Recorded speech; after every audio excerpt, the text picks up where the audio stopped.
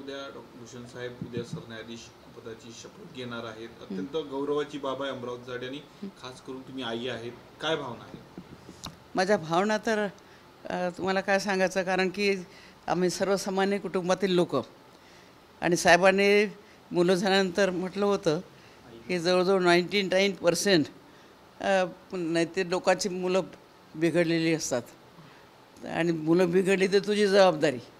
आणि मी शिक्षिका असल्यामुळे शिक्षिकेची जर मुलं जर बिघडली तर आज तुम्ही माझ्यासमोर आलेच नसते.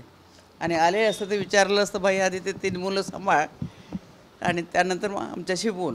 तर अशा तऱ्हेनं एक संसारी बाई म्हणून माझी जी जबाबदारी होती त्यापेक्षाही जास्त जबाबदारी की हे मुलं म्हणजे माणूस म्हणून कसे घडतील हे डोक्यावर साधारणतः एक राहत होतं की हे माणूस म्हणून राहिले पाहिजे.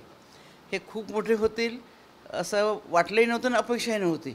त्यांनी समाजात गेल्यानंतर साहेब जसे वागले तसे साहेबांच्या पावलावर पाऊल टाकून बाबासाहेबांच्या आशीर्वादाने त्यांनी समाजाभिमुख राहावं आणि त्यांची सेवा करावी ही एक लहानशी एक आई म्हणून किंवा एक सामान्य स्त्री म्हणून एक थोडी अपेक्षा होती. राहिला प्रश्न हे झाला तर हे असं कधी वाटले नव्हतं की एवढं मोठं होईल म्हणून. इतर मुलांच्या मानाने आणि साहेबांच्या बरोबरीने नव्हे तरी साहेबांच्या पावलावर पाऊल टाकून त्यांनी साहेबांच्यासारखं व्हावं. लोकांशी जसे साहेबांचे संबंध होते तसे लोकांभिमुख राहून लोकांना त्यांनी प्रेमाने वागावं, न्याय द्यावा, आलेल्या पाहुण्याची आदरात इतकं सरबराही करावी आणि कोण लहान आहे कोण मोठं आहे ते ह्या घरात गृहीत न धरता सगळ्यांना समान असे वागणूक द्यावी असं एक लहानसे एक हाऊसवाईफ म्हणा किंवा आई म्हणा किंवा एक भारतीय स्त्री म्हणा ही एक लहानशी अपेक्षा होती. लहानपण कसं होतं भूषण साहेबांचं? काय सांगणार? सर्वोच्च पदावरती जात आहेत, शपथ घेत आहेत. नाही, लहानपण तर साधारण जे लोक राहतात त्याप्रमाणेच होतं, परंतु परिस्थिती काही फार चांगली नव्हती आणि इतकी काही वाईटही नव्हती. परंतु 5-6 माणसाच्या 7-8 माणसाच्या जेवणामध्ये जर तुम्ही 15-20 लोक जर जीव घालत असाल तर ती भाजी कशी होत असेल ते तुम्हीच विचार करा. तर अशा याच्यामध्ये त्यामुळे असं एक वातावरण होतं, कारण स्वयंपाक ही गोष्ट महत्त्वाची आहे. सगळ्यांना खाऊ पिऊ घालणं हे तर आलंच. घर म्हटल्यानंतर पहिल्यांदा हॉस्पिटॅलिटी, मग ती शिरापुरी करून खाऊ घाला तुम्ही की चटणी भाकर खाऊ घाला. प्रेमाने आलेल्या लोकांची सरबराही करणं, त्यांना प्रेमाने वागणूक देणं, ते एवढं एक सामान्य कुटुंबासारखे आमच्या घरातील वागणूक होती आणि तोच इम्पॅक्ट ह्या 3 मुलावर पडला.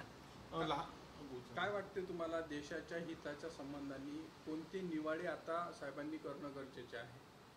देशाच्या हिताच्या अनुषंगाने नाही, तो जेव्हापासून घडला तो साहेबांच्या सोबतच राहिला आणि साहेबांमध्ये जे गुण होते, साहेब कसे वागत होते ते त्याने सर्व आत्मसात केलं. देशाच्या दृष्टीने विचार केला तर जेव्हा तो वकील होता तेव्हा त्याला जेव्हा ऑफर आली होती न्यायाधीशाची तेव्हा दोघं आपलेकांमध्ये चर्चा झाली की वकिली करावी की जज हे ऑफर स्वीकारायची. परंतु दोघं आपलेकांनी जेव्हा चर्चा केली तेव्हा निष्पन्न असं निघालं की वकिली केली तर पैसा खूप कमावला जाईल, पैसा खूप मिळेल, परंतु जर जज झाला तर देशाला न्याय देता येईल. आणि म्हणून दोघांनी चर्चा करून हे जज झालं पाहिजे आणि लोकांना न्याय दिला पाहिजे हे ठरवलं. आणि तुम्हाला माझ्यापेक्षा जास्त माहीत आहे, मी तर हाऊसवाईफ आहे, परंतु तुम्ही पत्रकारितेच्यात असल्यामुळे वर्तमानपत्रामध्येही बरंचसं आलेलं आहे की त्यांनी देशाच्या हितासाठी आणि लोकांच्या कल्याणासाठी जे निर्णय दिलेले आहेत ते पत्रकारितेने छापून दिलेले आहेतच. त्यामुळे ते तुम्हाला सगळ्यांना माहिती आहेच. देशामध्ये आता सध्या ईव्हीएमचा मुद्दा जो आहे तो मोठ्या प्रमाणात गाजत आहे. ईव्हीएमचा जो मुद्दा आहे तो मोठ्या प्रमाणात गाजत आहे. बॅलेट पेपरवर निवडणूक झाली पाहिजे असंही अनेक लोकांचं म्हणणं आहे. तुम्हाला काय वाटते, तो तसा निर्णय गवई साहेबांनी द्यावा? नाही, निर्णय काय घ्यावा हे सांगायला मी आई नाही आहे. मी आई आहे ते वेगळं आहे. तो त्या चेअरवर बसल्यानंतर त्याला योग्य वाटले ते तो निर्णय घेईलच. परंतु मी एक सामान्य स्त्री म्हणून एक लोक जे भगवान बुद्धाने लोक ह्या शब्दावर कॉन्सन्ट्रेशन केलेलं आहे आणि बाबासाहेबांनी संविधानामध्ये लोकांनाच केंद्रबिंदू ठेवलेलं आहे. तर लोकांना लोकांमधील एक व्यक्ती म्हणून मी, तर साहजिक आहे मला काय वाटणार हे तुम्हालाही माहीत आहे. तर त्यामुळे मला सांगण्याच्या ऐवजी तुम्हाला माहीत आहे. परंतु तुमची जरी इच्छाच असेल तर बॅलेट पेपर हे केव्हाही चांगले आहेत ना, आणि आधी बॅलेट पेपरच चालायचे. परंतु मी ह्या सार्वजनिक क्षेत्रामध्ये फार कमी आहे, कारण मी आधीच सांगितलं की मी सर्वप्रथम हाऊसवाईफ आहे. येणाऱ्या जाणाऱ्याचं साहेबांना म्हणजे साहेबांचे मान उंच राहील किंवा साहेबांना आनंद वाटेल असं येणाऱ्या जाणाऱ्याची आयुष्यभर सेवा केली. आणि म्हणूनच पुष्कळदा ते वसंतराव नाईक म्हणायचे सुद्धा, तुझे म्हणजे त्यांचे बापलेकासारखे संबंध होते.